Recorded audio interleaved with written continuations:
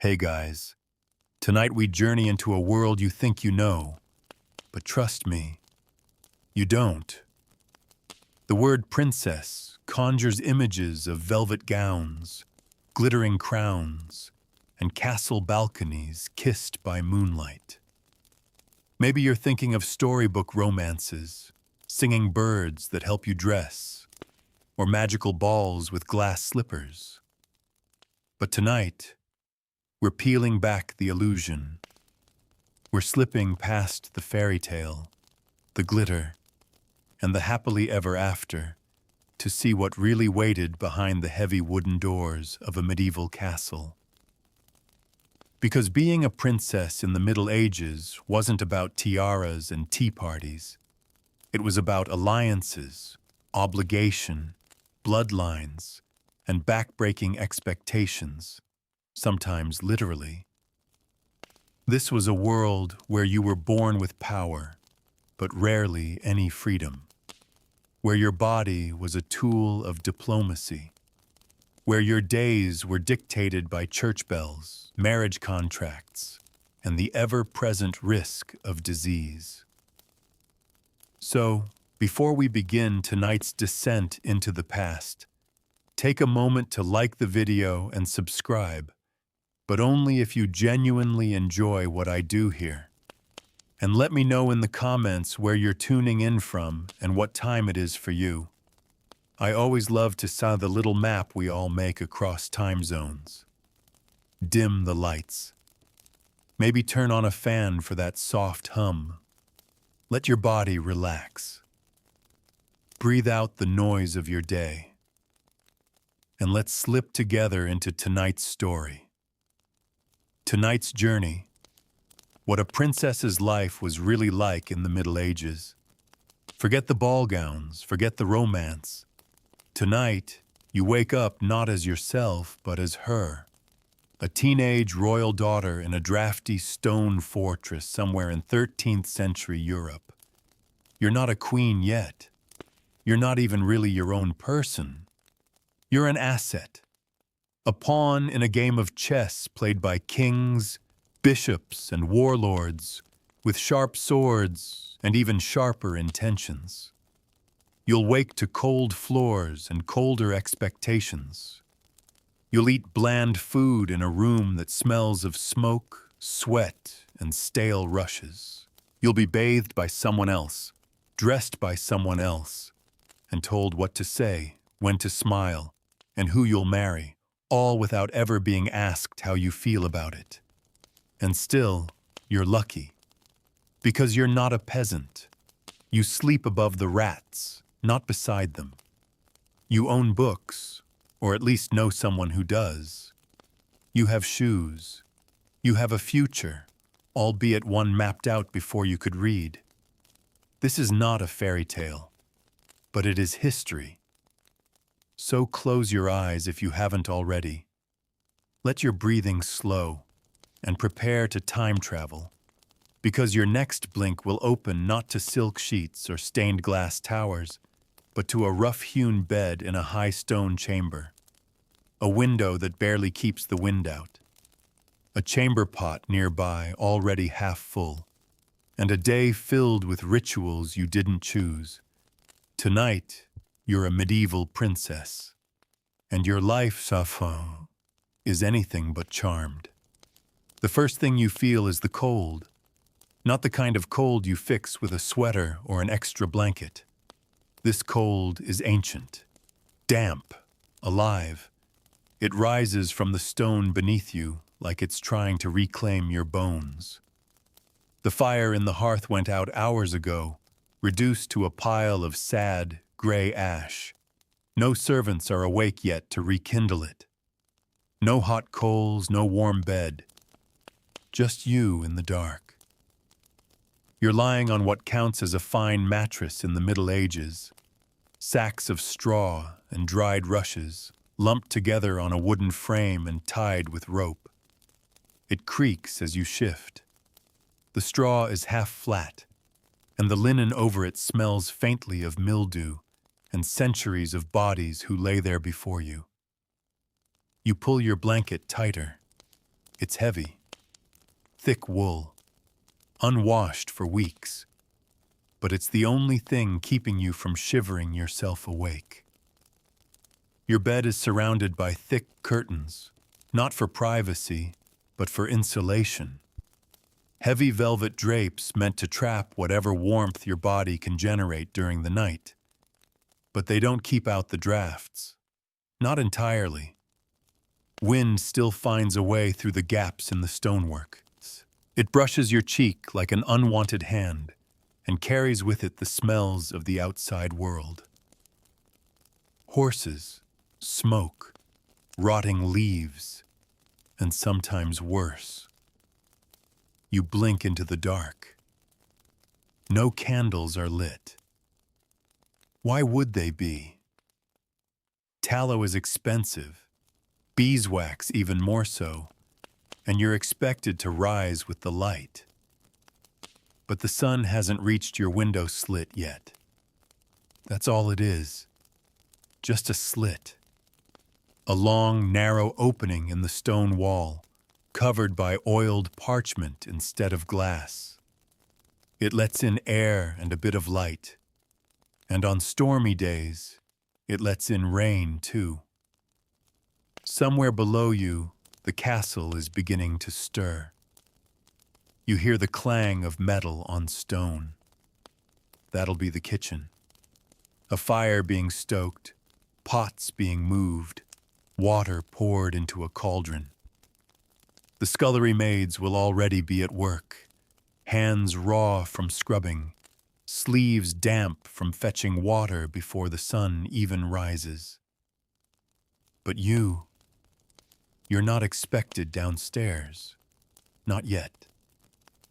Instead, your day starts in silence. You can hear your own breath, slow and unsure, the rustle of fabric as you draw the curtain back a few inches, the dull thud of your bare feet hitting the floor. It's ice cold.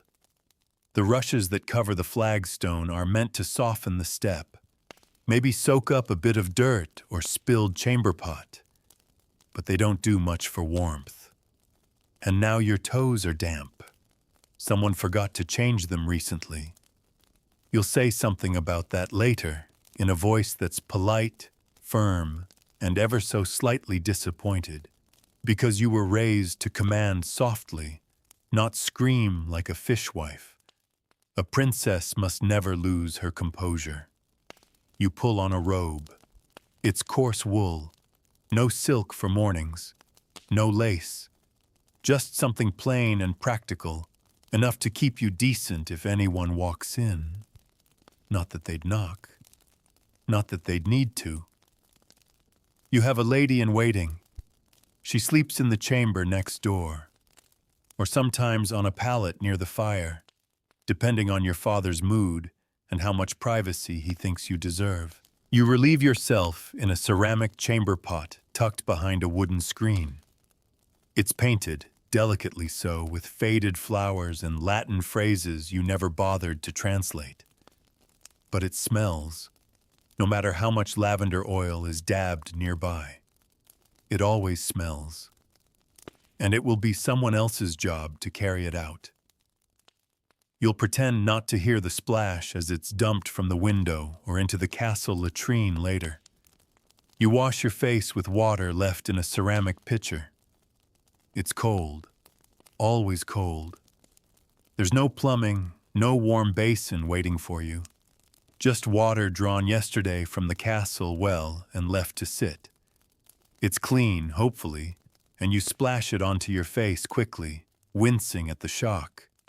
Then you dab yourself dry with a bit of linen and smooth your hair down with a wooden comb that snags at every knot.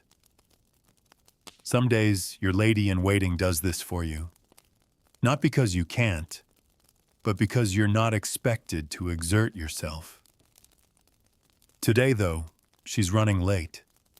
Or maybe she overslept. You'll have to forgive her. The servants' quarters are even colder than yours, and she's still recovering from last week's chills. She shouldn't have gone out to fetch herbs in the rain, but the castle healer insisted. Outside your window slit, the first gray light of dawn begins to filter in. Somewhere in the courtyard, roosters are crying. You hear a stable boy shout, followed by a horse snorting in protest. There's barking. One of the hounds has gotten loose again. A bell rings from the chapel tower, marking the first hour of prayer. The castle is awake, or close enough. You move to the wooden stool by the window and look out, your breath fogging the thin parchment cover. Below you, the bailey is muddy, always muddy.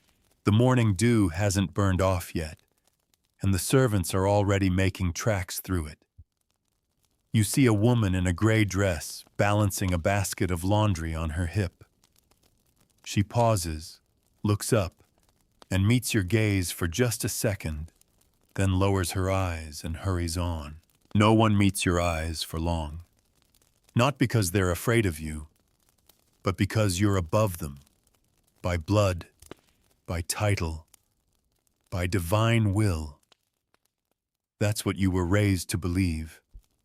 You are a daughter of nobility, a vessel for alliances, a symbol of your father's power, and someday, maybe a queen. But right now, you're just cold. Cold, tired, and wondering if today is the day your future will be decided without your voice in the room. The door creaks. Your lady-in-waiting enters, wrapped in a shawl, hair already braided. She carries a tray, brown bread, goat cheese, and a cup of watered wine. She curtsies, says good morning, and sets the food beside you. No breakfast in bed. No pastries or warm porridge. You're not a child. You're nearly of marrying age. She begins laying out your clothes. You try not to groan. The layers, the lacing, the weight. Getting dressed will take at least 30 minutes. And then it begins. Another day of stiff-backed posture, careful speech, and watching everyone else decide what happens to you. Your lady helps you out of your robe. The air bites again. The fire still hasn't been lit. Your shoulders ache, and you haven't taken a single step beyond your chamber. Welcome to princesshood. The breakfast tray is already waiting, and it doesn't look thrilled to see you. A hunk of brown bread. Yesterday's, maybe the day before. Dense, heavy, slightly cracked at the edges, like it's already given up on being soft. Beside it, a small chunk of goat cheese wrapped in linen. It's grayish at the corners, sharp-smelling, definitely alive in some way. And finally, a shallow wooden cup of watered-down wine. Not because it's fancy, but because water in a medieval castle is not to be trusted. This is what a princess eats in the morning. You take small bites. That's what you've been taught. You chew slowly, gracefully. You swallow without sound. You keep your lips closed, your elbows off the table, your posture perfect, even now, even before you're dressed, even when no one important is watching. Because someone always is. You don't get coffee. You don't get eggs or fresh fruit or anything sweet. Sweetness is a luxury. Sugar is more valuable than silver. Honey exists, but only for feast days. This isn't one. This is a Tuesday, or maybe a Thursday. You've stopped counting. The cheese is sour, the bread is dry, and the wine tastes vaguely like it was once near a grape. But you eat anyway. You always eat. You never refuse food, not even when it's unpleasant, not even when your stomach churns from nerves. Because a pale, sickly girl won't make a good bride, and that's your job in the end. To be pleasing, marriable, ready. Your lady-in-waiting hovers, pretending not to watch you chew. She's kind in her way, but she's also reporting back. Maybe not with words, maybe just a tone, a glance, a sentence left unfinished when she speaks to the chamberlain or the steward. She ate only half the bread, she might say innocently. She seems pale this morning, and that's all it takes. Suddenly you're being dosed with elderflower tea, being questioned by the priest about your spiritual restlessness. Or worse, your father decides you're not ready for the engagement he planned. So you eat. You swallow, smile, and thank her. She begins preparing your morning wash. No bathrooms, no bathtubs, no soaps in pretty bottles. Just a wooden basin, a cloth, and water from a jug. Cold, always cold. She pours it while you sit on the low stool beside the hearth. Someone's finally lit the fire. It's struggling, but it's something. You can see your breath less now. She brings a bar of soap. It's rough and brown. Lye and animal fat, mixed with herbs if you're lucky. Lavender sometimes. Rosemary. Occasionally just ashes and mint. It stings if you have any cuts. It always stings. She helps you scrub your hands and face, then your neck, your ears. You lift your arms obediently and let her wash what you can't reach. You try not to flinch. You try not to shiver. This is how it's always been. You don't bathe alone. You don't do anything alone. There's a brass mirror on the wall, dull and slightly warped. Your face in it doesn't quite look like you. The glass ones are expensive, rare, and prone to breaking. Not trusted. Vanity isn't encouraged anyway. But still, you look. You always look. Are your cheeks too pale? Are your lips cracked again? Is that a spot on your chin, or just soot? Your teeth ache a little. You haven't told anyone. There's no dentist, not really.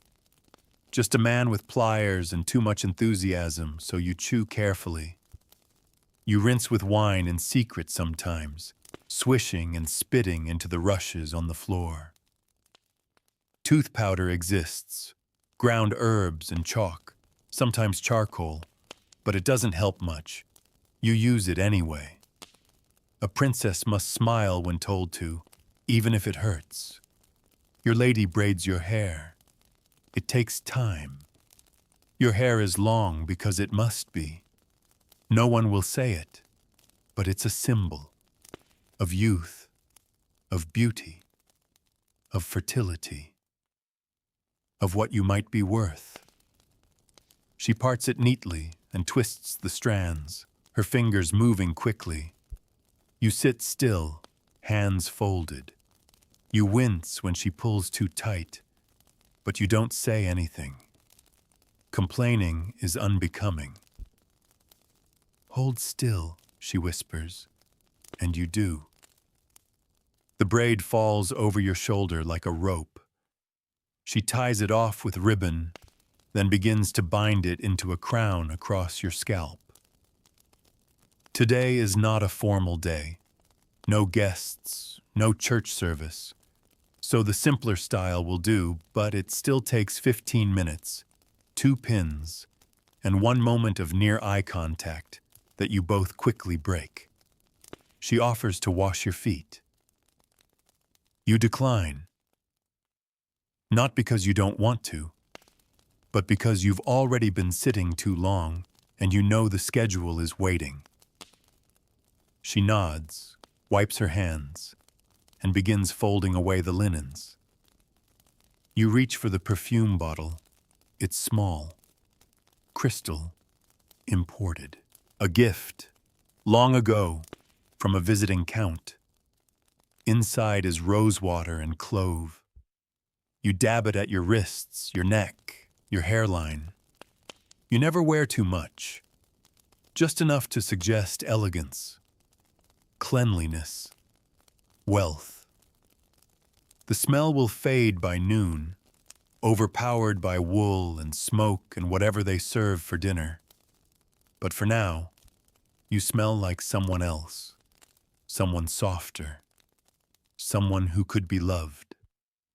You dress in layers, a linen chemise, soft from wear, a tighter underdress, laced at the ribs until you can barely draw breath, a wool gown, heavier, dyed dark green, the color of wealth and quiet strength. Your belt is embroidered. Your sleeves are tight at the wrist and flare at the elbow. Your shoes, soft leather, wait by the door. No corset, not yet. That comes later in history. But the lacing serves the same purpose: to shape you, to restrict you, to make you the right kind of beautiful. You used to complain about it. Once, when you were younger, your mother silenced you with a single look. Now, you just hold your breath and count the seconds until it's tied. She fetches your prayer book. You hold it carefully.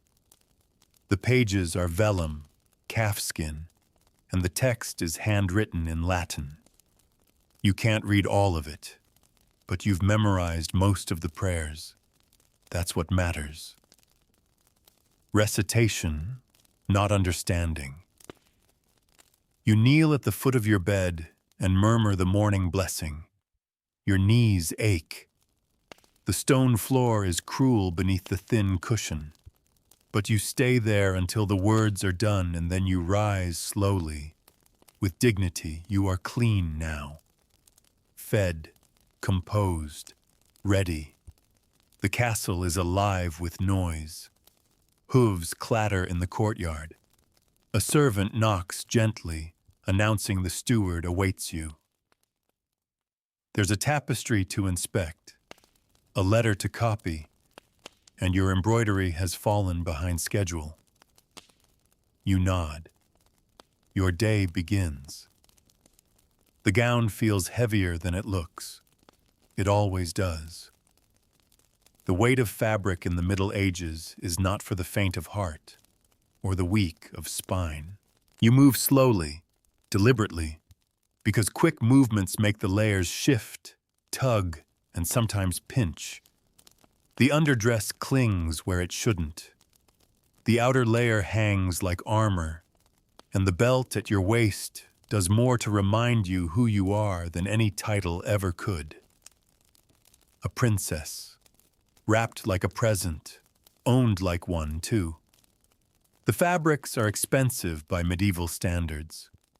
Wool, mostly, because it holds its shape and warmth in these drafty halls. Your chemise is made of linen, softer now after years of washing and wear, but still coarse against your skin. There's no silk today. Silk is for feast days, for betrothal announcements, for visits from powerful men who need reminding that you are valuable. Wool is what you wear when you are expected to be presentable but not dazzling. Beautiful, but not too beautiful. Decorative, but quiet. Your clothes are a costume, carefully balanced to show status without inviting attention. Too rich, and you're called vain. Too plain, and you are considered a disappointment. There's embroidery at the edges, tiny, neat stitches along the neckline and sleeves, flowers, birds, a passage from scripture in Latin. Your governess once said, "Your sleeves are your scrolls. If you cannot speak your mind, let your stitching whisper it for you." But the truth is, You didn't make these yourself. You didn't have the time. The women in the sewing room did, their fingers red and raw with cold and needle pricks. You will take the credit when asked. You always do. You pull on your shoes, soft leather that buckles across the top of the foot. They are handmade, and by castle standards, elegant. But they're not comfortable. The soles are thin. You feel every stone beneath you as you walk, and the arch support is non-existent.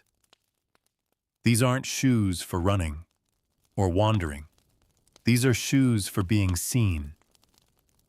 As you leave your chamber, you pull on a surcoat, a sleeveless overgown made of heavier fabric, trimmed with fur around the collar. Not because it's fashionable, but because the castle is cold. Always cold. Even in summer, the thick walls trap the damp like a secret. You can feel it in your joints. It smells like wet stone and ancient wood. Your home is not the storybook castle you might imagine. There are no crystal chandeliers, no polished floors, no glowing hearths in every room. It's a fortress first, a prison second, and a residence third. The walls are stone, rough, gray, cracked with age and soot. Torches are mounted in iron brackets along the halls, flickering and spitting shadows across every surface. There are tapestries here and there, hung to insulate the walls more than decorate them. They're heavy with dust, woven with scenes of saints, battles, and grim-faced ancestors who seem to glare disapprovingly at anyone who passes. The floor is made of uneven stone tiles, swept each morning but never truly clean.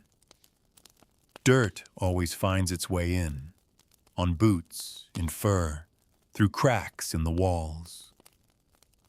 Rushes are scattered across it, replaced once a month, in theory. In practice, they're layered with crumbs, feathers, bits of straw, and whatever creatures are brave enough to burrow in and call it home. You don't walk barefoot, ever. Even the air feels old here. It smells of wood smoke, tallow, damp wool, and the faint sourness of the latrine 3 floors down. There's no airflow. The windows are narrow slits cut into the stone, covered with oiled parchment, or, in wealthier rooms, thin horn or translucent cloth. Glass exists, but you won't see it here, not unless your father is feeling especially generous, or especially guilty. You pass through the solar, the castle's main living space. It's brighter here, at least during the day. A few chairs, a large wooden table, and a fireplace that rarely burns enough to matter. The furniture is thick, functional, and carved with symbols of your house. Lions, roses, crosses. The cushions are stuffed with straw, which shifts and settles uncomfortably whenever you sit. Still, this is one of the warmest rooms in the castle. On the walls hang portraits of your family. Not painted, of course. Only nobles in the royal court can afford that. These are embroidered likenesses, rough outlines of faces stitched in thick wool thread. They all look vaguely the same. Pale, stern, distant. You look just like them. Everyone says so. You make your way to the chapel for morning prayers. The chapel is one of the only truly beautiful spaces in the castle. Its walls are whitewashed and painted with faded frescoes of saints and angels, their faces blurred by time and candle smoke. The air smells of incense and old wood. It's quiet here, and it's one of the only places where silence doesn't feel like pressure. You kneel, whisper your prayers, and hope that whoever is listening hears the words beneath your words. Keep me safe, you think. Keep me still. Keep me invisible just one more day. After prayers, you return to your chamber to review your embroidery, your Latin copywork, or whatever task the steward has assigned you for the morning. You are expected to be useful, but not too skilled, intelligent, but not too clever. You are being prepared. That's the word they use. Prepared. For what? You're never exactly told. At midday, you'll be allowed into the Great Hall, the castle's largest space. It's a cavern of echoing voices and clanging dishes, warmed by a fire so large it could roast a boar whole. The walls are covered in shields and banners, the high beams blackened with centuries of smoke. You'll sit at the upper table with your family, beneath the gaze of every hungry eye in the room. The food will be better. The air will be worse. And afterward, you'll be sent to your embroidery again, or to read aloud to your father while he listens with half a mind and a cup of spiced wine in his hand. Your bedchamber is your only private space, and even that's a stretch. Servants enter at will. Your maid sleeps nearby. The walls are thin. You never undress alone. You've never bathed alone. You've never been truly alone. And yet, when you retreat there at night, when the fire has burned low and the wind scratches at the shutter like a whispering hand, it almost feels like yours. You pull the curtains around your bed. The weight of the fabric creates a little pocket of darkness. You pull the blanket up to your chin. You close your eyes. And you dream of places that don't smell like smoke and stone. The life of a medieval princess isn't supposed to involve labor. At least, not the kind with mud under your nails or sweat down your back. But the truth is, you work. You just do it behind doors, in silence, in stillness, in ways that leave no visible blisters, only invisible weight. Your morning duties begin after prayer, always after prayer. The steward arrives to remind you of your schedule. He doesn't knock. He simply enters, announces the day's tasks with the enthusiasm of a stone statue, and leaves. You bow your head, thank him politely, and watch the door close behind him with something close to loathing. He never looks at you. Not really. Just above you, beyond you. As though your presence is the prelude to something more important. Your marriage, your dowry, your use. First on the list, embroidery. It sounds gentle, peaceful. A woman's art, they call it. Delicate work for delicate hands. But after 4 hours at a wooden frame, your shoulders burn, your wrists ache, your eyes blur. The thread knots. The needle stabs your fingertip for the 6th time. And still, you keep going, because you're not just making flowers or saints on cloth. You're proving your value.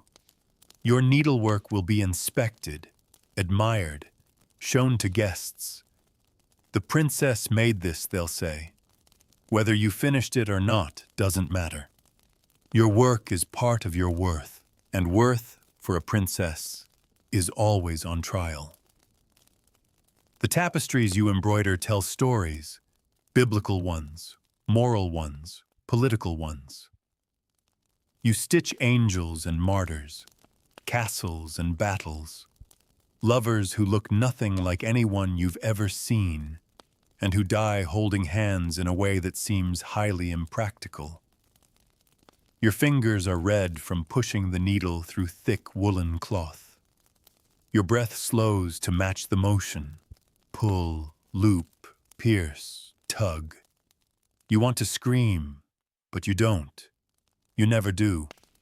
Afterward, your lady brings a basin for your hands. Warm water, if you're lucky. She rubs ointment into the skin. It stings. You pretend it doesn't. Next comes reading. You read aloud from a Latin text. Slowly, carefully. You're expected to pronounce every syllable like a priest. You do not understand every word, but that's beside the point. Understanding is not the goal. Discipline is. You read the Psalms. You read the Book of Hours. You recite them like they're spells to keep your life from unraveling. Then comes music. Your governess brings out the psaltery, a stringed instrument, vaguely harp-like and entirely unforgiving. You're expected to play gracefully. You try. You always try. Your fingers fumble. The notes ring out sharp, uneven. You wince. She does too. You start again. You're not allowed to say you're tired. No one in the castle is allowed to say they're tired. But everyone is, especially the servants. They pass by your chamber carrying firewood, buckets of water, linens stained from someone else's bleeding, or birthing, or dying. You watch them from the window sometimes. Maids with their hair tucked under caps. Boys scrubbing pots in icy water until their fingers turn blue. No gloves, no shoes. Just work. All day. Every day. Their lives are full of labor that will never be noticed unless it's done wrong. Yours is full of labor that will only be noticed if it's done perfectly. Midday arrives, and you're escorted to the great hall for dinner. Not lunch, dinner, the main meal of the day. You sit at the high table with your family, overlooking dozens of servants, guards, and minor courtiers below. You eat slowly, carefully. Again. You do not reach. You do not chew loudly. You never, ever pick at your food. You eat what's given. You nod when spoken to. You fold your hands in your lap when the meal ends. Your job, even at the table, is to be composed, presentable, and perfectly forgettable unless someone needs you to smile. After the meal, you return to work. Not sewing this time. Not music. Not books. This time, it's learning how to manage. Because one day, you will run a household. Not your own, your husband's. And that means you must understand the accounts, the kitchens, the storage rooms, the servants' rota, the pantry shelves, the spice measurements, the beer brewing cycles, the flour allocations, and the herbal garden. You're being trained as a manager of a small kingdom you do not yet control. You follow the housekeeper down the winding stone steps into the underbelly of the castle. The air down here is damp. The walls sweat. The floors are muddy. Rats scatter at the sound of your shoes. She shows you where the meat is salted, where the ale is stored, where the linens are kept for guests. She quizzes you on inventory, on measurements, on the signs of spoilage in winter apples and how to know when a cook has been watering the wine. You nod. Memorize. Pretend you'll use any of this. You might, or you might die before marriage from a fever no one can name. Or you might be married off to a man 20 years older, whose estate is half ruined and whose steward resents you. Or you might be sent to a convent, or fall in childbirth, or vanish into your husband's world like a drop into a bucket. But still, you learn. You always learn. Later in the day, you attend the weavers. You're expected to observe, to show interest. They nod as you pass. They curtsy. You ask a question or two. What pattern is that? Where did the dye come from?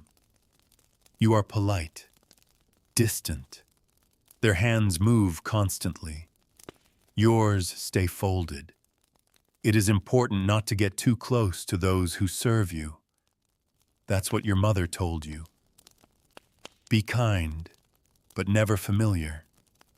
Because one day, they may be the ones dressing your children, tending your sickbed, cleaning your blood from the floor. In the late afternoon, the priest arrives for catechism. You sit in the solar, your feet tucked beneath you, your spine straight, and recite the answers to the questions you've already memorized. You know when to cross yourself, when to bow your head, when to say amen like you mean it. He talks about sin, about duty, about obedience. You nod. You're very, very good at nodding. The lesson ends. You thank him. He blesses you. Then he leaves. You exhale so slowly you barely notice you were holding your breath the entire time. The sky outside is beginning to shift, from gray to gold. The late sun hits the stone towers like fire. And still, your day is not done. There's mending to oversee, a letter to copy, a guest list to approve for next week's feast. Your mother will summon you soon to discuss something vague and ominous. Your future, probably. Every minute of your life is accounted for, every action rehearsed. Even now, at 15, you are being watched like a performance in progress. You are not working the fields, you are not scrubbing floors. But make no mistake, your labor is constant, unseen, unending, unacknowledged, and it never truly stops. Religion isn't part of your life in the Middle Ages. It is your life. From the moment your eyes open each morning to the hour they close at night, if they close at all, you are surrounded by ritual, by reverence, by rules. Being a medieval princess doesn't spare you from it. In fact, it entangles you deeper. You are both believer and symbol, subject and instrument. You don't choose your beliefs. They are sewn into you like the lining of your gown. Your faith begins with sound, the chapel bell. It rings before the sun even crests the horizon, echoing through the stone corridors of the castle like a cold hand shaking you awake. Matins, the first of 7 daily prayers. You're not expected to attend them all, not unless you're particularly devout or being watched. But the morning ones are non-negotiable. You make your way to the small castle chapel, passing servants who bow or avert their eyes. The chapel itself is beautiful in the way that only holy places can be, despite the chipped paint and warped wood. A cross hangs above the altar. Candles flicker. Incense coils in the air, like a ghost you can smell but never see. You kneel. You recite the prayers. You do not think. You do. Because thinking leads to questions, and questions are dangerous. You were taught from a young age that obedience is holy, that suffering is divine, that your station in life is not the result of politics or luck or your father's sword, but God's will. You are a princess because He made you one. Your maid is a servant because He placed her there. The peasants who mucked the stables, the smith with his burned hands, the leper begging by the gate. All are in their ordained places. To question that is to question the order of the universe itself. So you don't. Instead, you listen as the priest reads from the Book of Hours. You mouth the Latin even when you don't understand it. You bow when he blesses the air around you. You rise, legs stiff, and return to your day. But the belief doesn't stay in the chapel. It follows you. It's in every gesture, every word. When you sneeze, you whisper, Deus te salvet. When thunder rolls, you cross yourself. When your hand cramps from embroidery, you wonder if it's a punishment for some sin you forgot to confess. Because sin is everywhere, lurking, waiting.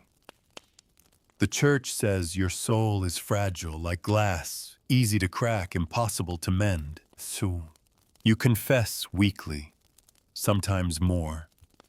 Your sins are small, a sharp word, a skipped prayer, a stray thought about the night with the kind eyes.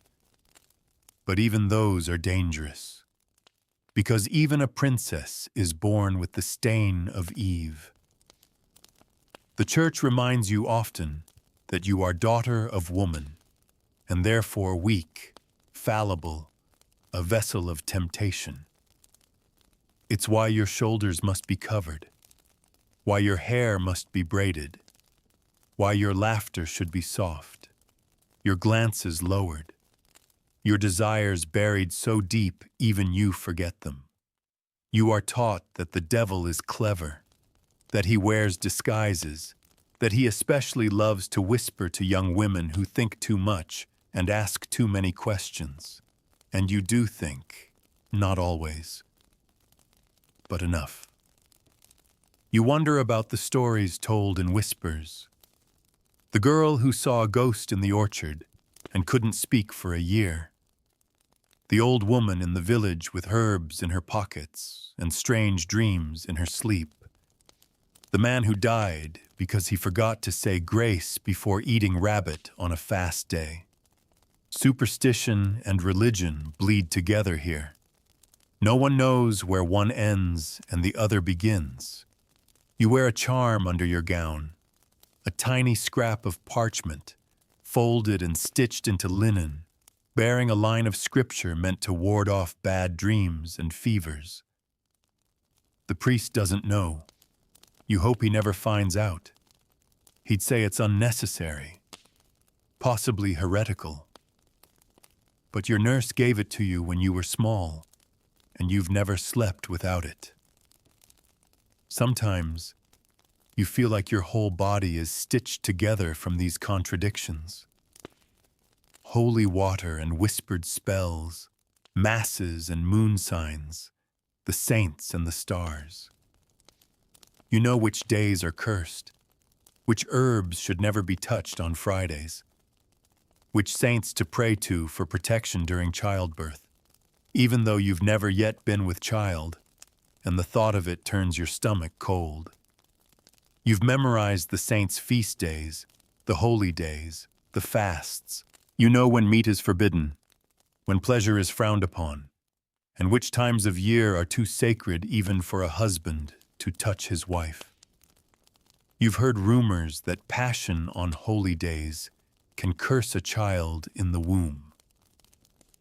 That if a man and woman lie together during Lent, their child will be born with eyes that see ghosts.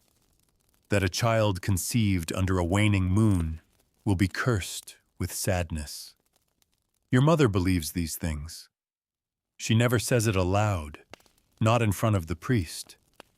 But you've seen the way she stares at the moon, the way she burns certain herbs at the hearth, the way she flinches when the owl calls too close to the castle walls.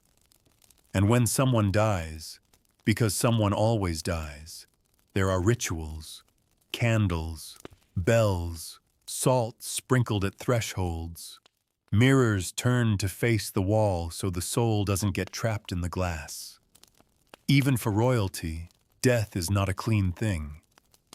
There's a room in the castle you do not enter. It smells of herbs and silence. That's where the women go when someone is dying. Only women. Only whispers.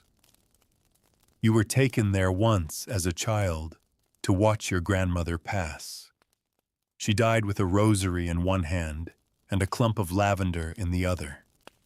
And then there are the dreams, the ones that feel like more than dreams, where the Virgin appears, faceless, in a veil of smoke, where angels speak in a language you don't understand, where your future husband has a wolf's head and eyes that bleed.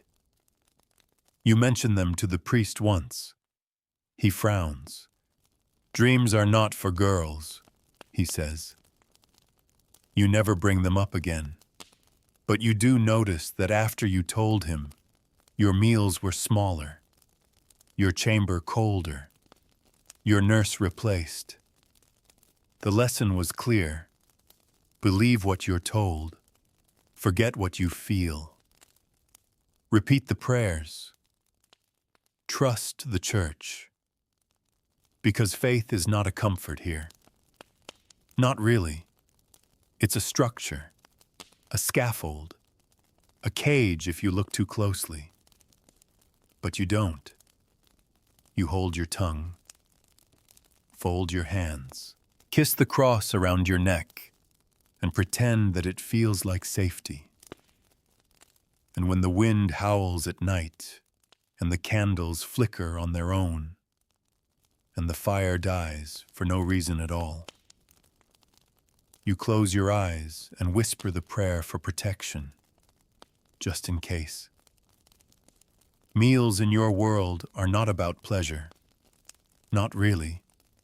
They are about performance, about status, about knowing who sits where, who eats what, and who dares to speak with their mouth full in front of the Lord's daughter.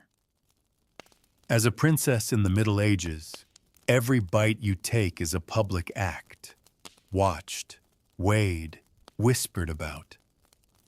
The midday meal is the largest, and it begins with ceremony. You do not simply sit and eat. No, you are led into the great hall by your lady-in-waiting, your hair still braided tightly, your face freshly washed, your dress pressed and spotless. Even if you've done nothing all morning but stitch, pray, and recite psalms. You walk in with your chin raised, your hands folded, and your stomach quietly growling. The great hall is loud and smoky.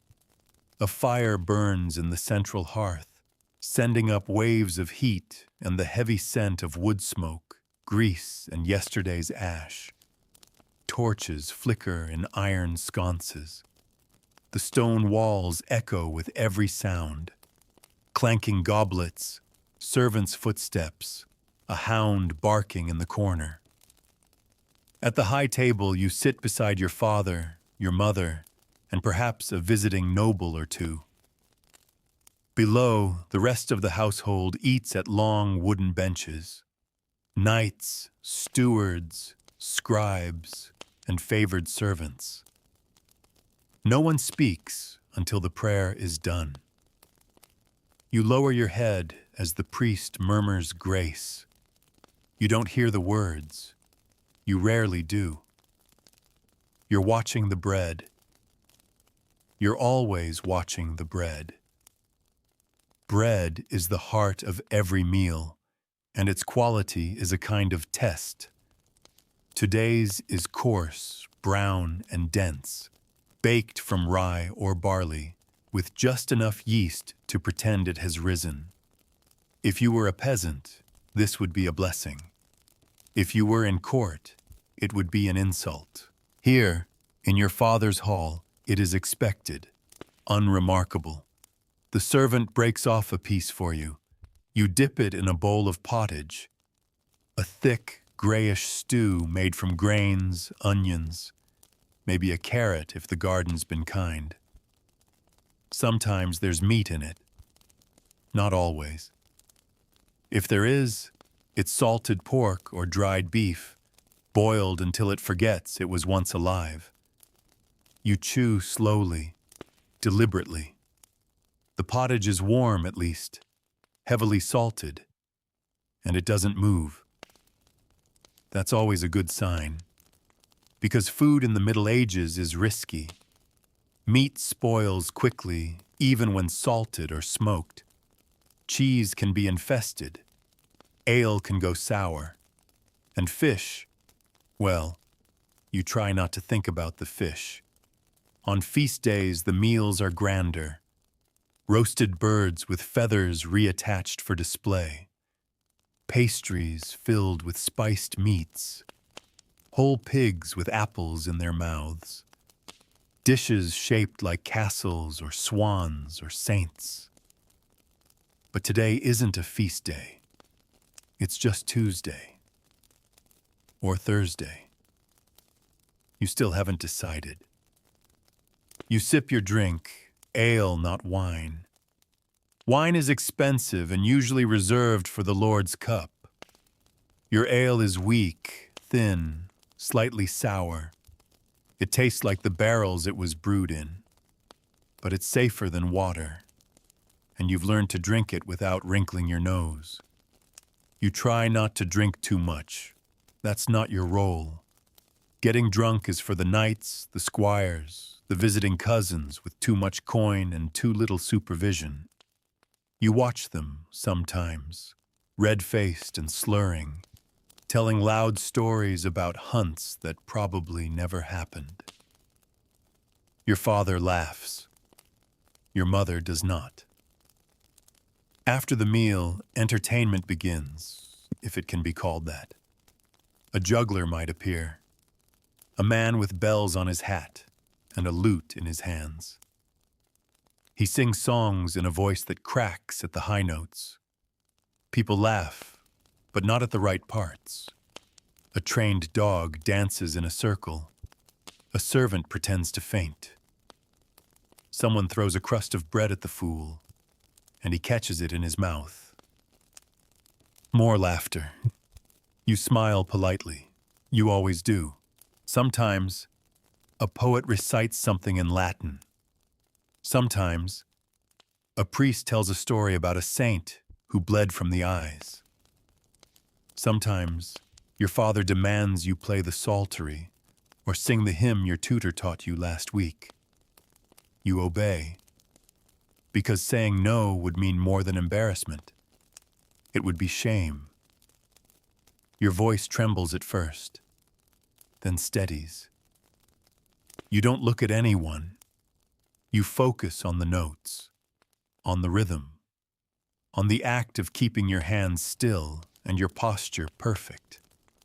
Applause, if it comes, is polite. Then come the stories, the boasting, the rumors. Who is marrying whom? Who died in childbirth? Who insulted a bishop and had to flee? Your aunt, who ran away with a monk. Your cousin, whose dowry is now in question. Your name floats into the conversation more often than you'd like. She's nearly of age. Her Latin is quite good. She resembles her mother at that age. You pretend not to hear. You practice stillness like it's a second religion. Eventually, you're excused. You walk slowly from the hall, your head still high, your stomach still half empty. You don't eat much at these meals. You can't. You're too busy being seen. Later, if you're lucky, your lady will bring you something small from the kitchens. A bit of soft cheese, an apple, some walnuts. You'll eat it by the fire, quietly, with your shoes off and your braids loosened. This is the closest you come to comfort. When night falls, entertainment shifts. The hall grows louder. The knights drink more. Someone starts a song, one of those half-sacred, half-scandalous ballads about love and battle and the patron saint of taverns. You're not expected to join, but you listen from above, from the balcony or your chamber, catching fragments of laughter and clinking mugs. Feasting is celebration, but it is also theater. You know how quickly a smile can curdle into insult, how easily a song can turn into a fight, how fragile peace is when the ale flows too freely. In the lower halls, the real fun begins. The servants gather, those with a moment to spare. They play dice, they pass around mugs, they sing songs not meant for noble ears. They dance, sometimes wildly, sometimes wearily, but with a kind of joy you're not allowed to have. You envy them, even if they sleep beside rats, even if they bathe in cold streams and eat bread that breaks their teeth.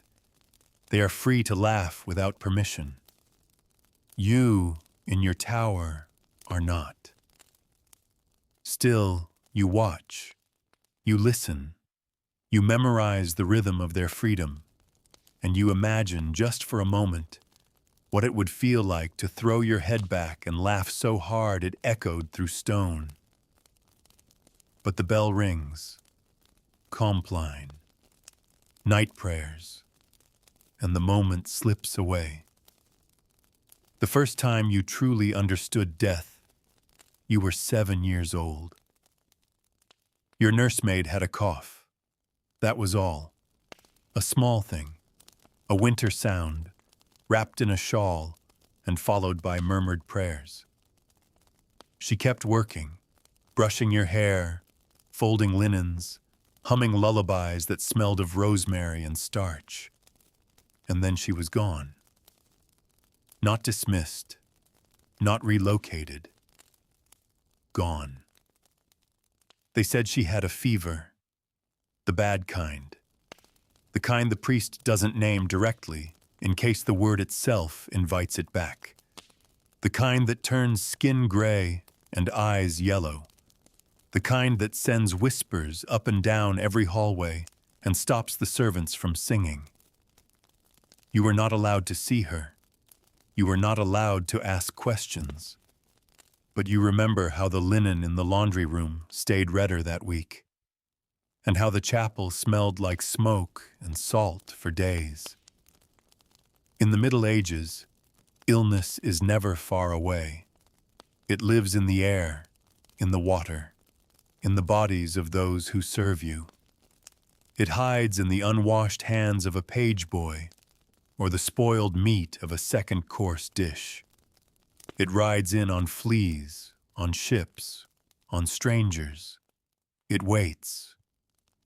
And when it strikes, it does not always announce itself with drama. Sometimes it's just a cough, and then a silence, and then a replacement. You are a princess, which means you are protected, but only to a point. The walls are thick, yes, and your chamber is clean by castle standards. You eat before the food spoils. You bathe more often than the villagers outside the gate. But germs don't care about titles, nor do rats. They skitter along the beams at night. You hear them in the thatching, in the walls, beneath the rushes on the floor. You don't scream anymore. You just note it. Another little reminder that your blood is no barrier. If you fall ill, there are 3 options: prayer, potions, and hope. The physician is summoned. He arrives with layers of wool, a pouch of herbs, and eyes that always look tired. He carries books, heavy ones with Latin scrawled in the margins and bookmarks made of feathers. He smells like vinegar and cloves. His methods are simple. First, observation. He looks at your tongue, your nails, the whites of your eyes. He asks if you've been troubled in spirit, as if sorrow is the gateway to infection. He asks what color your urine is. He may ask to see it. You pretend not to flinch, then balancing the humors. Too much blood? You may need bleeding. Too much black bile? A purge. Too much yellow bile? A bitter tea of mustard seed and wormwood. Too much phlegm? Good luck. There's little to be done about phlegm. Bleeding is the worst. You've only had it done once. At 13, when you fainted during Mass. They said your humors were too warm. They tied your arm, made a cut, and let the blood spill into a bowl shaped like a crescent moon. You still remember the dizziness, the cold sweat, the priest murmuring a psalm while the physician hummed tunelessly. You were told it was for your health. You were also told not to cry. Tears are a sign of imbalance, worse, of weakness. So you smiled and bled and thanked them afterward. Herbs are gentler, in theory. You're given tinctures made of valerian, meadowsweet, and horehound. Poppy syrup if the pain is bad. Sometimes the mixture is so bitter it makes you retch. Other times, it simply knocks you into a deep, dreamless sleep where the saints visit you with blank faces. Your mother prefers prayer. When someone is ill, she lights candles, so many candles. One for each saint she can remember. She fasts. She donates to the church. She sends for relics. A sliver of bone from Saint Apollonia. A strip of cloth said to have touched the Virgin's veil. A glass vial of water from a holy well 2 counties away. And if none of that works, she does what all noble women do. She prepares for mourning. There are rules for it. Lengths of black cloth, veils, the right number of days for tears, a script, a ceremony, a way to make grief beautiful and obedient. You've worn black twice already. Once for a cousin who drowned in a frozen lake. Once for your brother who died before he could speak. You were 4 when he passed. You don't remember his voice, but you remember the silence that followed. Grief in the castle isn't loud. It's restrained, dignified. It lives in the corners, in closed doors and quiet conversations. No one wails, no one falls to their knees. That's for peasants. A princess must mourn gracefully. But when you're alone, it slips. You press your ear to the wooden wall and hear the servant girl sobbing. You hear the midwife mutter a prayer that isn't in any book. You hear your own breath, too fast, too shallow. And you wonder, when will it be me? The church teaches that death is not the end, that heaven awaits, that the soul, if pure, will rise. But purity is hard to measure, harder to trust. You fear death. Everyone does. You fear the pain, the gasping, the final prayers, the fear in the priest's eyes when even his blessings start to tremble. You've seen what it looks like. You know how the body twists, how the skin goes pale and the eyes roll and the room fills with the smell of old blood and wax. No one dies cleanly. Not in this world. Not even in castles. And then there's childbirth. You're not married yet. But the talk has started. Offers, letters, guests with eyes that linger too long. You know what comes next. You've seen the midwife's room. You've seen the stained sheets. You've seen the way women grip the edge of the bed and scream into silence because there's no one who can save them. Not the priest, not the physician, not the herbs. You know that noble women die in childbirth all the time. You know your body isn't yours. You know you'll be expected to risk it, again and again, for heirs who may not live past the winter. You dream of dying like that, alone, exhausted, surrounded by whispers and blood and holy water. And still, you live. You wake. You smile. You walk the halls.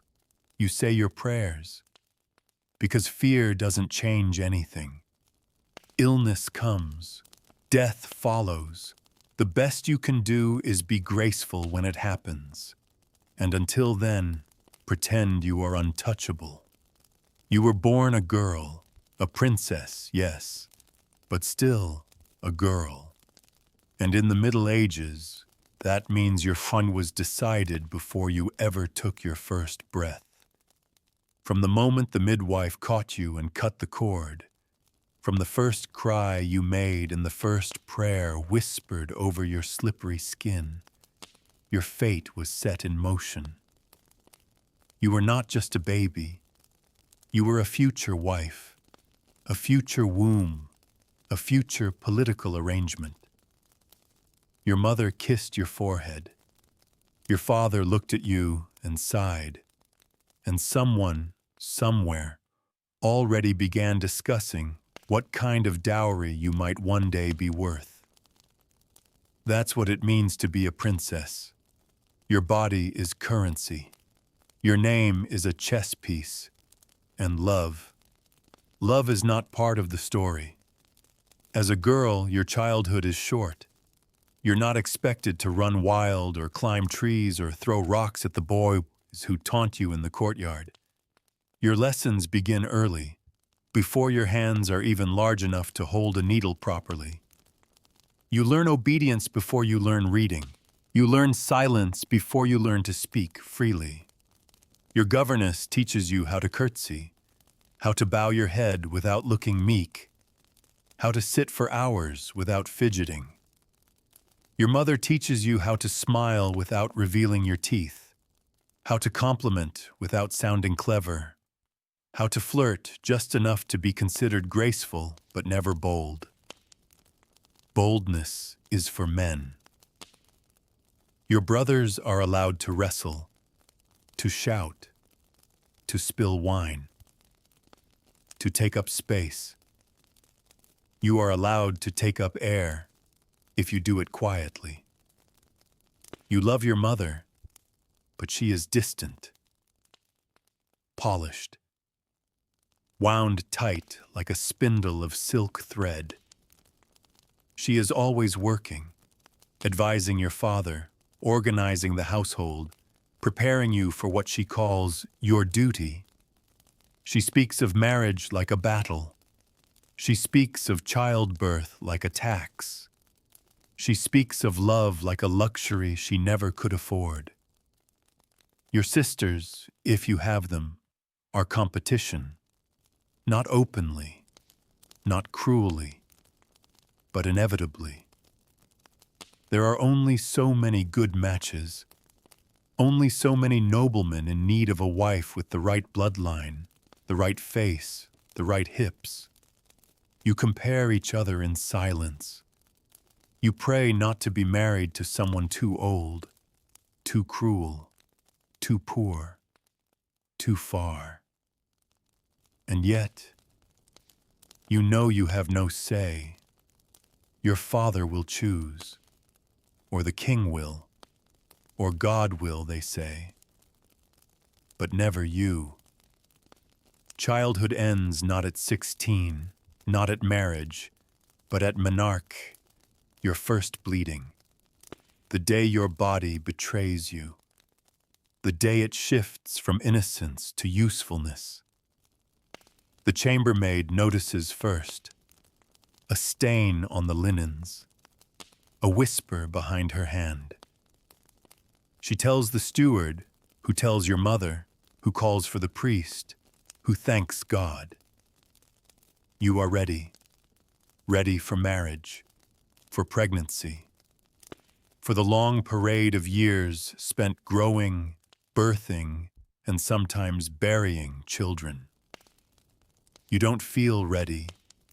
You feel cold, humiliated, terrified. But no one asks. You are sent to the chapel to light a candle and thank the Virgin for your womanhood. You kneel on stone and feel the ache in your back, and wonder how many more candles you'll be expected to light for things you never asked for. If you marry, when you marry, you become someone else's entirely. You leave your home, your mother's house, your father's name. You arrive in a strange place with strange customs, a strange bed, and a husband you may have seen once at a feast when you were too young to understand the hunger in his eyes. Your title remains. Your status carries weight. But your power is limited. You manage the household, yes. You raise children. You advise your husband in private. But your thoughts are not your own. Your opinions are not welcome unless they're flattering. And your loyalty is expected, even if his is not returned. Your body is no longer yours. You are expected to produce heirs, sons preferably. Daughters are blessings, but sons are currency.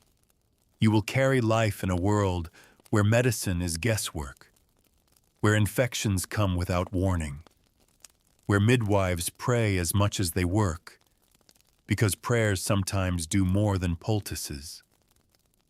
You are told that the pain of childbirth is holy, a punishment inherited from Eve. You are not allowed to scream, but you might. Everyone does eventually, and if the baby lives, you thank God. And if it doesn't, you bury your grief under linen veils and silent meals, because mourning must be quiet, dignified, contained. You've seen other women try to rage. They are called mad.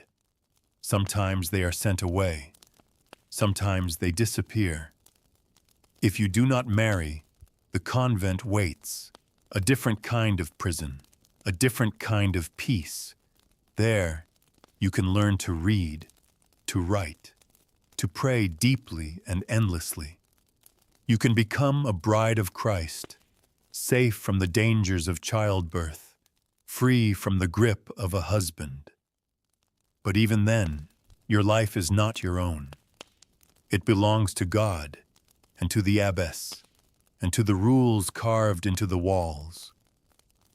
You may find joy there, or boredom, or madness, but at least you won't die in a childbed, at least not literally. And what of children?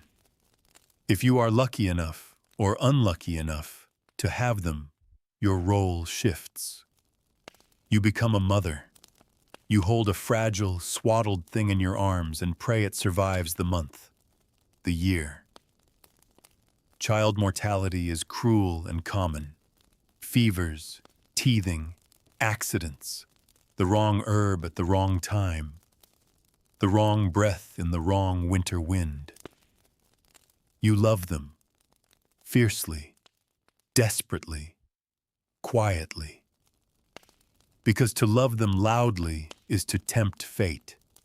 You sing to them, teach them prayers, watch as they grow and become little strangers with your eyes or your husband's mouth or your father's temper. You raise your daughters to endure. You raise your sons to rule.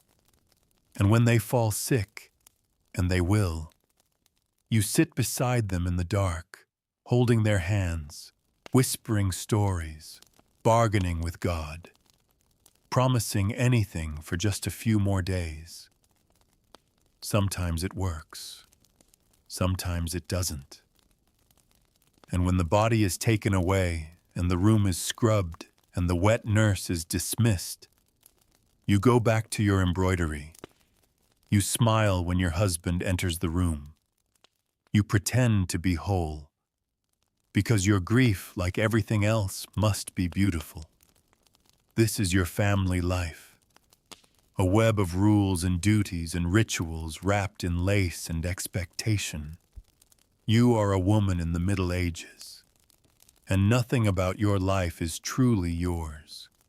Not your name, not your children, not even your sorrow.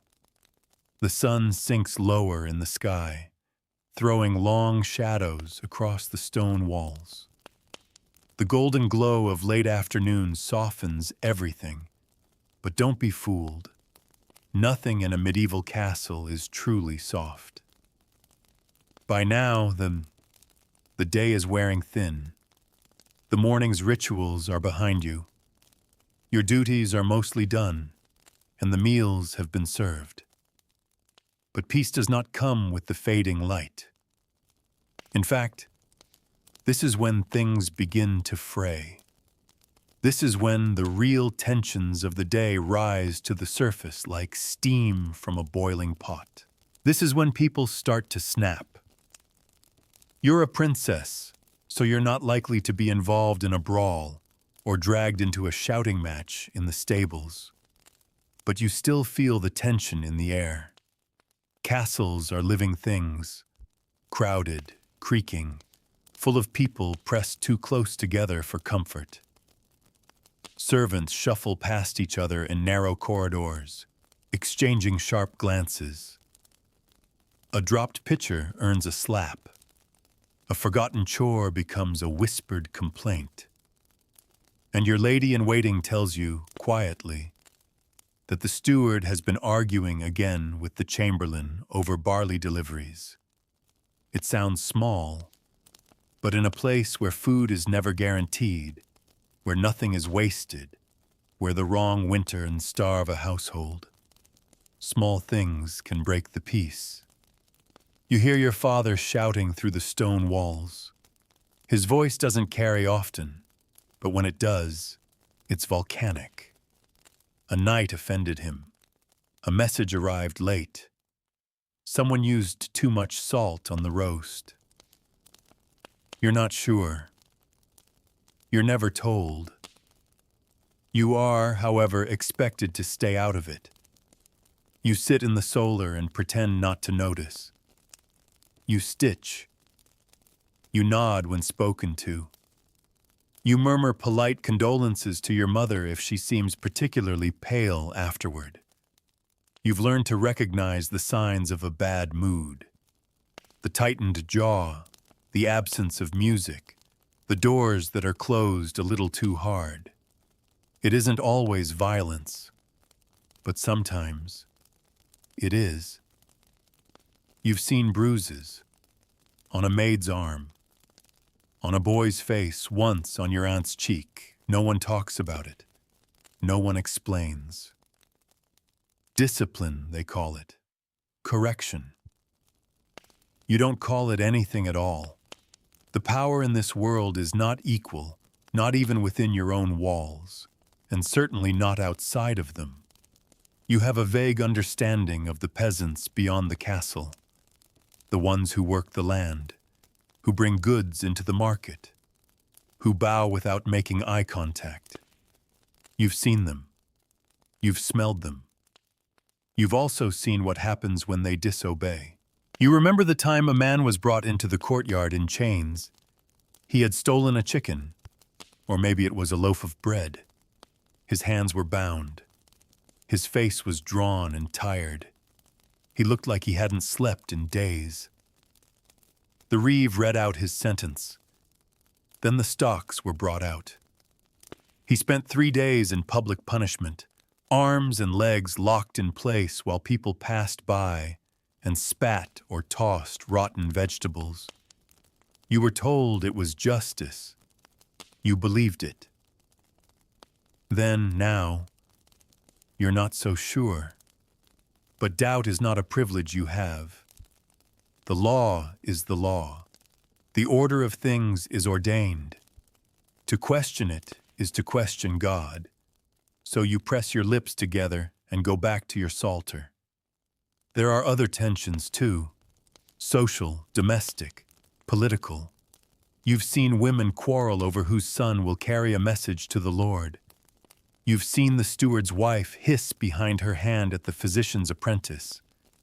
You've seen one noblewoman glare at another across a feast table for wearing sleeves just a bit too wide.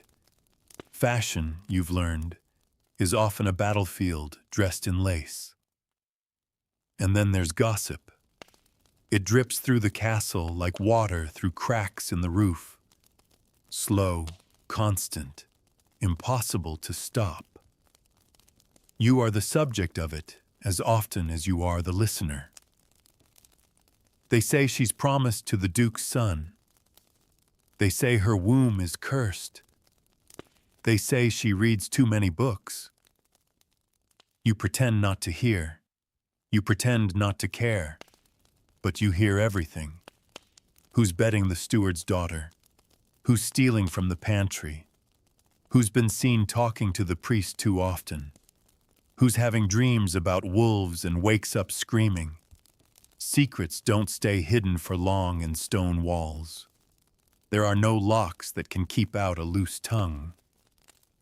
Outside the castle, justice is even harsher. You've ridden past gallows on the road. You've seen bodies hung as warnings, thieves, traitors, deserters.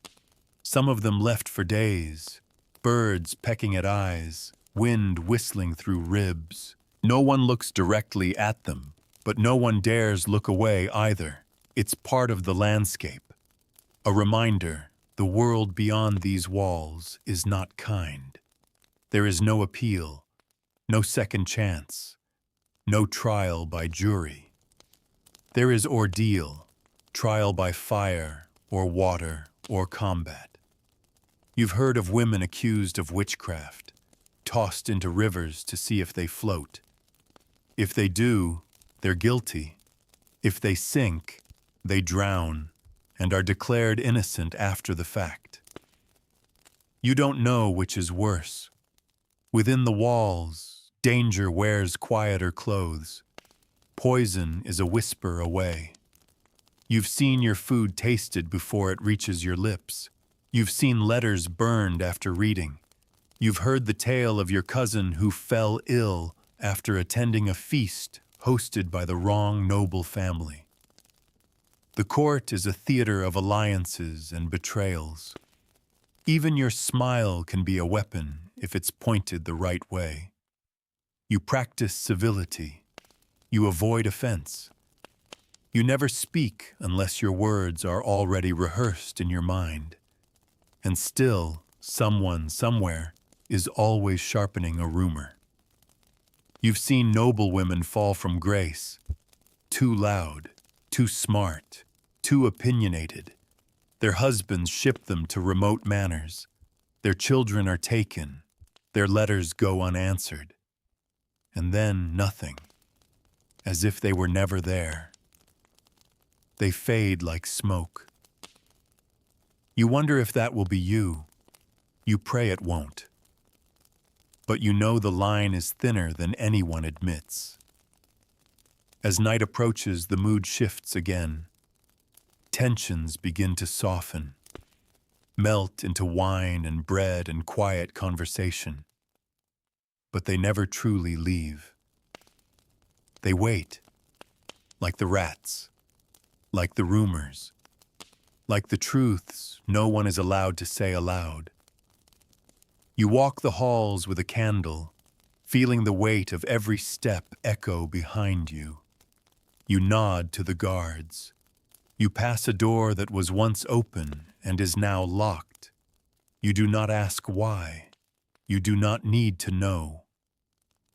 This is the rhythm of the castle. This is how the world holds together, with stone and silence and secrets. The castle changes after sunset. It always has. The same stone corridors that felt merely cold by daylight now feel watchful. The same doors you passed without thought now seem too quiet, too still. Shadows stretch long across the walls, curling into corners, swallowing sound. Candles flicker, floorboards creak, and everyone begins to lower their voices. Because at night, the Middle Ages remember how close they still are to the dark. There are no electric lights, no night lamps humming gently, just wax or tallow, if you're lucky, and even that must be rationed. Candles are expensive and dangerous. Too many flames, and the whole castle could go up in minutes. You hold yours carefully as you walk back to your chamber, one flame in the vast darkness, guttering with every step. You keep a hand around it to protect it from the drafts that slip through the cracks in the stone. Your lady-in-waiting walks with you. Neither of you speaks. In the daytime, the castle belongs to your father, to the servants, to the business of power. But at night, it belongs to everything else. You know the stories. Everyone does. The man who saw a shadow behind him, but no footsteps. The maid who walked into the chapel after dark and heard singing when no one else was there. The guard who disappeared from his post, sword and all, never seen again. Of course, there are explanations. Rats, exhaustion, misunderstood sounds. You've been told not to listen to old wives' tales, but you do. You listen to everything, because you know the darkness doesn't always need to make sense. You reach your bedchamber and close the door behind you. The fire in the hearth is low, the embers still glowing faintly. The curtains are drawn around the bed. The chamber pot has been emptied. Your nightgown is laid out on the stool. Your lady helps you undress in silence. She unlaces your gown, layer by layer, until you're standing in your shift. She brushes out your hair, the sound of the wooden comb the only noise between you. Then she braids it loosely, so it won't tangle in your sleep. Sometimes she hums. Not tonight. Tonight feels heavier. You feel it too. The castle is a fortress, yes, but that doesn't mean you're safe, not entirely. A fire could break out. A drunken knight could stumble into the wrong room. A servant could betray you. An illness could strike without warning. And outside, beyond the walls, the world only grows more dangerous after sunset. Bandits, wolves, revenge. You've heard the stories, some true, some exaggerated, of traveling merchants ambushed on the road, of entire villages raided while they slept, of noble families poisoned during evening feasts. You lock your door, even though your father says it isn't necessary, even though the priest frowns when you do. A princess shouldn't have to lock herself in. But still, you do. You say your evening prayers at the edge of the bed, kneeling on a small cushion that's worn thin from use. Your voice is quiet, your words rehearsed. You ask for protection, for peace, for safety through the night. You name your saints. You name your fears without naming them aloud. You do not pray for courage, only for survival. Your lady leaves after tucking the blanket around your shoulders. She bows, retreats quietly, the door clicking shut behind her. And now you are alone. Not truly alone. The castle never sleeps entirely.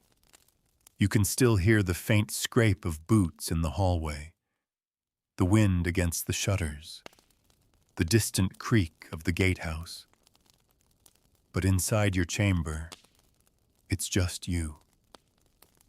Your bed, your breath, and the dark. The shadows seem thicker here. The candle has burned low, casting warped shapes across the wall. You know it's just the furniture, the folds of your gown, the flickering flame. You know that. But still, your heartbeat picks up. Still, your eyes linger on the darkest corner of the room. Still, you pull the blankets up higher. This is the hour of superstition, the time when the boundary between life and death feels thinnest, when dreams feel like prophecy, when guilt feels like a ghost creeping beneath the bed. You remember the stories your nurse used to tell you late at night before she disappeared with her fever. She told you not to sleep with your mouth open, or your soul might escape. She told you to tuck your feet under the blanket, or the spirits would tug on your toes. She told you not to sleep facing the door. You never do. You've had dreams before. Bad ones. Dreams where the walls bleed, where your parents scream without mouths, where your body is stone and you cannot move or speak as something inhuman crawls into the room. You've woken up gasping, sweating, your braid twisted around your neck. Once you bit your own tongue in your sleep. You tasted blood all day after. You told no one. There are no explanations, no comfort, only more prayers. And maybe a cold tea made of valerian root and poppy syrup, just enough to slow the beating of your heart and blur your thoughts before bed. But dreams aren't your only fear. Sometimes you lie awake just listening to the wind, to the rats, to the strange cough echoing from 2 rooms away, and always, always, to the silence between sounds. Because that's where the danger lives. You've seen death up close. You've watched people waste away over days, over hours. You've seen the midwife's hands stained up to the elbows. You've seen bodies wrapped in linen and carried down staircases like bundles of laundry. And you know, deep down, that your time could come just as easily. A sudden fever, a bad piece of meat, a fall down the stairs, or childbirth. Always childbirth. You hear the stories, the silent looks between the older women, the hushed prayers, the closed doors. You know that being a princess doesn't save you from that. If anything, it makes it more likely. You're expected to have children. Many. Quickly. You're expected to survive long enough to raise them. But you know better. You know that night brings more than sleep. It brings memories and fears and truths too heavy to carry in the daylight. You turn on your side. You face away from the door. You keep your feet tucked in. You close your eyes, whispering one last prayer. Not for dreams, not for peace, but simply for morning.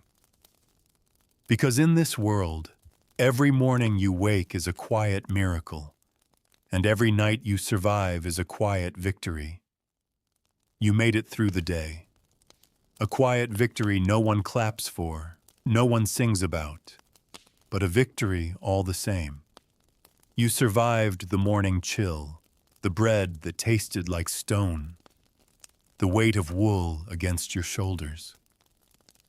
You stitched until your fingers ached, bowed your head through prayers you didn't always understand, endured the rumors, the watchful eyes, the silence. You were a princess in the Middle Ages, and it was not a fairy tale. It was a role you didn't choose, a burden dressed as privilege, a cage gilded with titles, hymns, and rituals. You were born into a world that valued your name more than your voice, your womb more than your thoughts, your dowry more than your smile. And still, you endured. Because what else was there?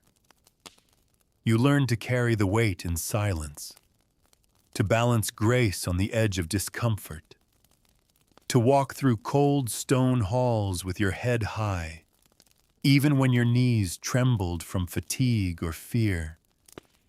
You never had the freedom to shout, to run, to rest. Not truly. But now, finally, there is rest. Not in that tower room, not in that stiff bed wrapped in musty wool, but here, now, in your bed, with the hum of a fan, the softness of modern sheets, the quiet warmth of safety that no castle wall could ever provide. Take a breath. Feel the space you have now. Space to stretch your limbs, to lie on your back without someone watching, to close your eyes and not worry who might enter next. You aren't bound by arranged marriages or daily rituals carved into you like stone. No one expects you to bleed in silence or smile through suffering. Here, in this moment, you are free. Your name is your own. Your time is your own. Your body belongs only to you, and you don't need to carry the weight of a kingdom just to be allowed to sleep. Let that sink in. Because when you look back on the life you lived tonight, even just in imagination, it becomes clear just how far we've come. From cold stone rooms to warm, quiet bedrooms, from chamber pots to hot running water, from bread that broke teeth to food that comforts, from prayer as survival to peace as a given. Of course, not all is perfect now. The world still carries its own burdens. But compared to what once was, to what you walked through tonight in silence and wool and candlelight, this is luxury. And it's okay to be grateful for it. To close your eyes without fear, to drift without guilt, to rest not because you've earned it through suffering, but simply because you're human, and rest is your right. So as your breath slows, as your muscles begin to loosen, as your mind softens its edges and slips into the warm space between memory and dream, remember the world you just left, the stone walls, the silence, the smell of smoke and cold linen. And remember that you don't live there anymore. Not in body, not in soul, not in fear. Tonight, you get to sleep in peace. No bells, no footsteps outside the door, no orders at dawn. Just you. Just now. Just rest. So tonight, as you drift off, remember, you don't have to wake up in the Middle Ages. Sleep well.